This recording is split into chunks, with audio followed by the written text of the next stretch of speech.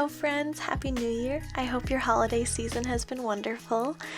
So I'm trying something a little different. I thought that I'd try and do more videos that are behind the scenes and in the studio, and even some paint with me videos, which means doing voiceovers, which I'm finding really difficult, so I'm sorry if things don't make sense. If you have questions, you can write them below. But for this video, I'm setting up a new watercolor palette. I have my paint set out. These are the paints that I use for all my custom orders. And here is the palette that my mother-in-law got me for Christmas, and it's gorgeous. I love it so much. It's a different palette than what I've used before. It's a watercolor tin with pans in it, which you'll see in a second. It comes with these magnets that will go on the bottom of each pan.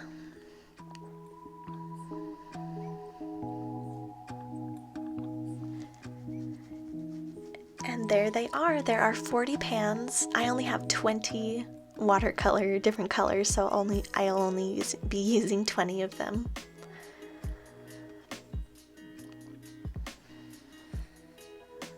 Until I get more paints at least. And I made an insert that will go in the lid of the tin, so it will be a color reference guide so that I can see what paints I have in the pans at the current time. And I also made labels to go on the sides of each pan, just to make sure that I'm using the color that I think I'm using.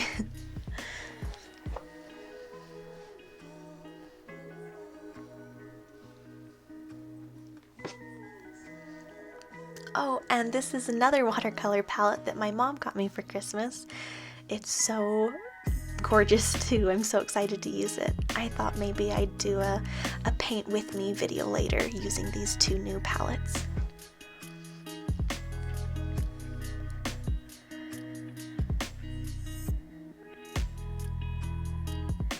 And first I'm going to put the magnets on the bottom of each of the pans. That will help them from totally falling out or from sliding around the watercolor tin if it gets bumped or jostled around.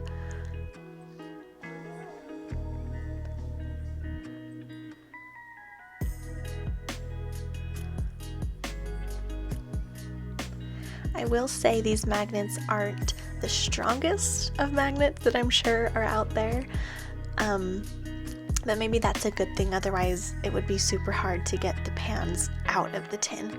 But they will at least keep them from falling out of the tin, I think, or from like totally getting jostled around.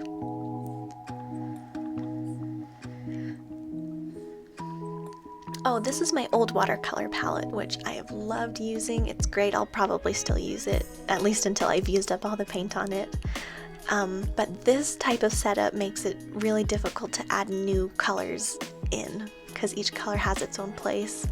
And I got two new pinks for a custom order, and there's really no place to fit them on my old palette, so I'm so excited about this new one, because that's the benefit of these pans, is that you can move them in and out and adjust them and really curate your go-to colors. First, I'm setting out all the pans that I'll be using, and then I lay out the labels. And this was the worst morning to cut my nails because I could have really used some with taking these labels off the backing. So I had to pull out my scalpel, and it was quite a laborious process. It took a very long time. So I sped it up for you a lot.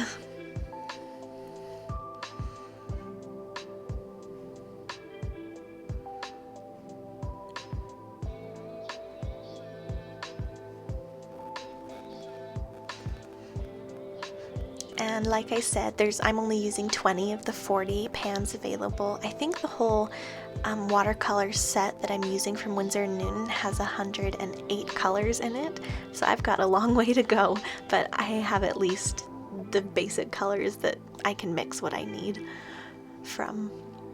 And there's the finished label on the sides of the pan.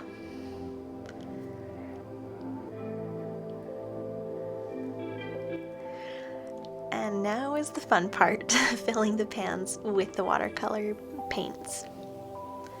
And I only filled them about, I don't know, a third to a half full.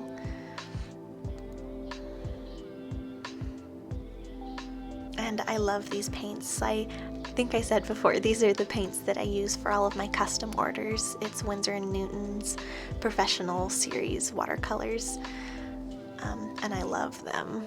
They're my favorite. I also love M. Graham & Co., and I have another palette that I have of theirs. And anyway, oh, I had to get a toothpick and flatten and mix up these colors so that they laid more flat in the pans. And there they all are. And I wasn't sure how I wanted to arrange them in the tin. And I guess that's the great thing about this palette, is that you can move them around as much as you want and move them until you have the perfectly placed palette for your workflow. I thought I'd try it across the top rather than all like on one side.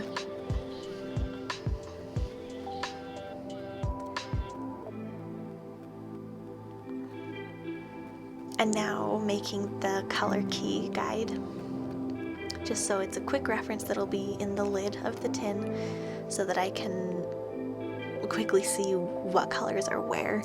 So when I'm reaching my paintbrush to get a certain color, that I'll be able to know where they are by looking at this reference guide, at least until I have it memorized, have the placements memorized.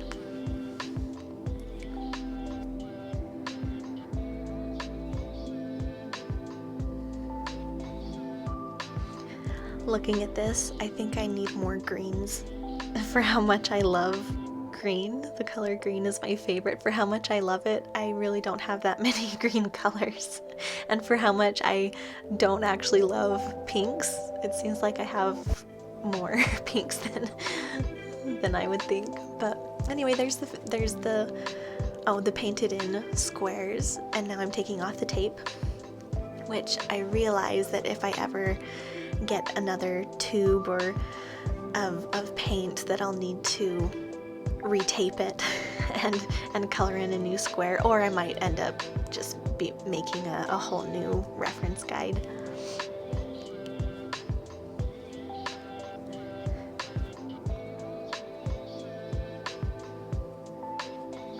And I had to pull out my tiniest of tiniest signature pens. This is the pencil. This is the pencil that I use to sign all of my artwork.